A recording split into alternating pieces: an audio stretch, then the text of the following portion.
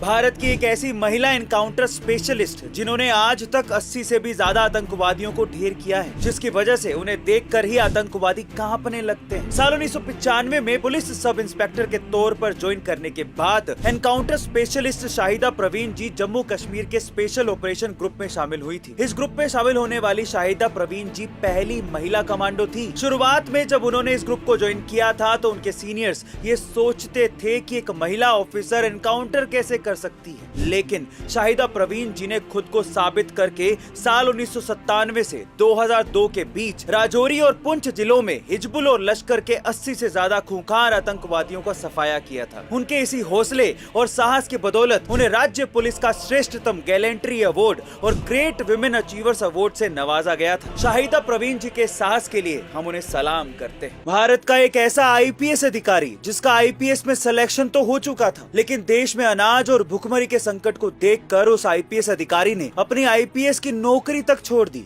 और खेती में क्रांति लाने के काम में जुट गए। कौन था वो आईपीएस अधिकारी और कैसे लाया वो कृषि क्रांति, चलिए जानते हैं। तमिलनाडु के एक मिडिल क्लास घर में पैदा हुए एमएस स्वामीनाथन का बचपन से ही पुलिस ऑफिसर बनने का सपना था, जिसके लिए साल 1940 में उन्होंने आईपीएस की परीक्षा तक पास कर ली थी। लेकिन साल 1943 में बंगाल में भीषण अकाल पड़ गया, जिससे हजारों लोगों की भुखमरी की वजह से मौत हो गई थी। इस घटना ने स्वामीनाथन को अंदर से झकझोर कर रख दिया था। फिर साल 1972 में ग्रीन रेवोल्यूशन के तहत उन्होंने गेहूं के ऐसे बीजों की बुआई की जिससे फसलों की उपज बढ़ गई। साथ ही उन्होंने फसलों में फर्टिलाइजर और पेस्टिसाइड्स के इस्तेमाल का चलन भी शुरू किया। इसका फायदा ये हुआ कि देश में गेहूं की पैदावार बढ़ गई और अकाल खत्म हो गया। 28 सितंबर यानी हाल ही में उनका देहांत हो चुका है। हम उन्हें एटू फैमिली की तरफ से भावभीनी श्रद्धांजलि अर्पित करते हैं। हिरनी जैसी चाल, उस पे लंबे सुनहरे बाल और दोस्तों मोदी जैसा तो चीन क्यों ना हो बेहाल। G20 समिट में इटली की प्रधानमंत्री जॉर्जिया मेलोनी और मोदी जी की दोस्ती देखकर चीन क्यों फड़फड़ा रहा है, क्यों उसे मिर्ची लग रही, चलिए जानते हैं। दरअसल G20 समिट में इटली की प्रधानमंत्री जॉर्जिया मेलोनी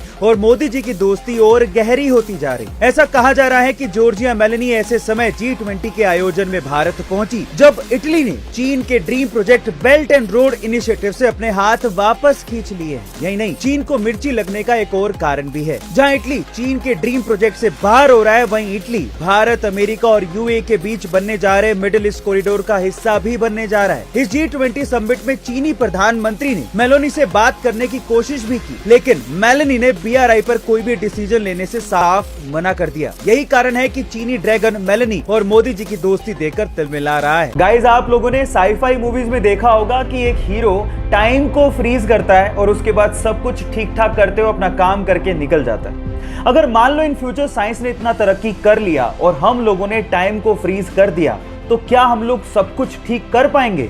नहीं। साइंस की भाषा में अगर मैं आप लोगों को जवाब दूं तो टाइम फ्रीज करते ही हम अंधे हो जाएंगे, क्योंकि हम लोग देख तभी पाते हैं जब लाइट के फोटोन हमारी रेटिना पर टकराएं। लेकिन अगर हमने टाइम को फ्रीज कर दिया तो ये लाइट के फोटोन भी फ्रीज हो जाएंगे और हम लोग कुछ देख नहीं पाएंगे, बिल्कुल अंधे हो जाएंगे।